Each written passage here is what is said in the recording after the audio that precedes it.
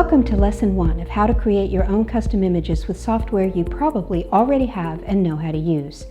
I'm Jacquelyn Lynn, a business writer, inspirational author, and blogger.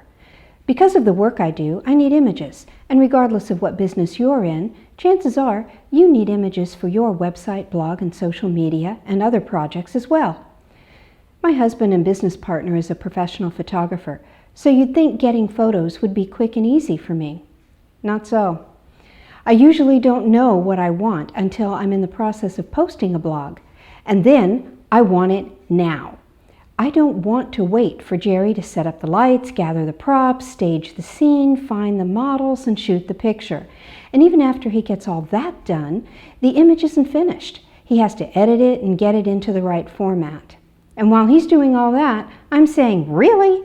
You're spending hours on this because you insist that it be artistically perfect, and all I wanted was a little eye candy to break up the text or help me make a point.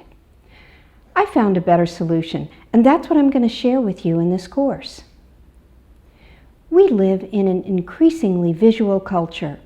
From a business perspective, there is no place that images are more important than in supporting your online presence. Images help with search engine optimization, general visibility, user engagement, readability, and branding. Not using images or using poor quality ones tells your audience that you don't know how to communicate with them in the most meaningful way. Using images effectively demonstrates that you are internet savvy and understand your online audience. The ideal way to illustrate your website, blog, and other content is with original images that you own. But hiring a skilled photographer to take those pictures can be expensive, unless, like me, you happen to be married to one. Setting the cost aside, original photography is also time-consuming to create. And again, like me, you probably don't always know in advance what sort of images you'll need for your blog or whatever other type of content you're working on. If you don't have or don't want to spend the time or resources to do your own original photography, stock photos are an alternative to consider. Stock photos are professional photographs of common places, landmarks, nature, events, or people. You can purchase a license, which is another term for the rights, to use stock photos in your projects, usually on a royalty-free basis. It's important to understand that royalty-free does not mean free. It means the right to use the photos or other copyrighted material or intellectual property without having to pay royalties or license fees for each use. Typically, a royalty-free license means you pay one time and can use the picture as many times and in as many places as you choose. The license may contain other restrictions, such as a time period, a limit to the commercial use, or a requirement to include a credit with each use.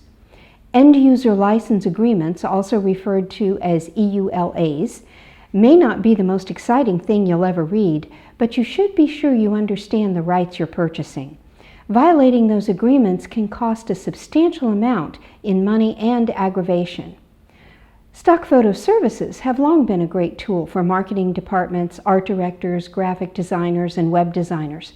But in addition to the cost, because good stock photography doesn't come cheap, navigating the sites can be challenging even for design professionals. For example, one of the most popular photo services, iStock, has millions of images. If you don't have some expertise in how to search using the best keywords for what you need, you could waste hours trying to find just one usable picture. Or you could spend all that time and not find what you want at all. And if you happen to choose a popular image, you might see it used in another company's ad or even on a competitor's website. That's not exactly the best way to establish your unique brand identity. There are a number of companies that offer free stock images as part of their marketing strategy. The problem with free images is that they are widely used, and that familiarity makes them undesirable as art elements for your projects. Do you really want people seeing that same image on your site that they may have just seen somewhere else? Then there's the strategy of just searching the internet for an image that works for your project and downloading it. But just because an image is on the internet doesn't mean it's in the public domain or that you're free to use it. If you use a copyrighted image without permission, you risk a wide range of potential legal issues and related costs, not to mention damage to your own reputation. The solution is customized images that you own and can brand with your own text, your logo, and other design elements. You don't have to be a tech guru to create these images. If you know how to send an email, you can use the techniques you're going to learn in this course. Thanks for watching. In the next lesson, you're going to learn the technique that I've been using for years to create customized images using presentation software such as PowerPoint, OpenOffice, or Google Slides.